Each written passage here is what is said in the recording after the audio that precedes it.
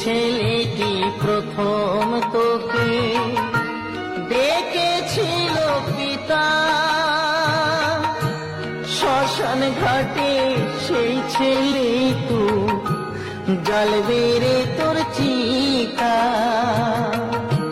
পূর্বে রে তোর সাধের দেহ কর্ম রবে পরে, পূর্বে রে তোর সাধের দেহ কর্ম রবে পরে। যাবি যেদিন শ্মশান ঘাটি বাঁশের গোলায় চড়ে, যাবে যেদিন শ্মশান ঘাটি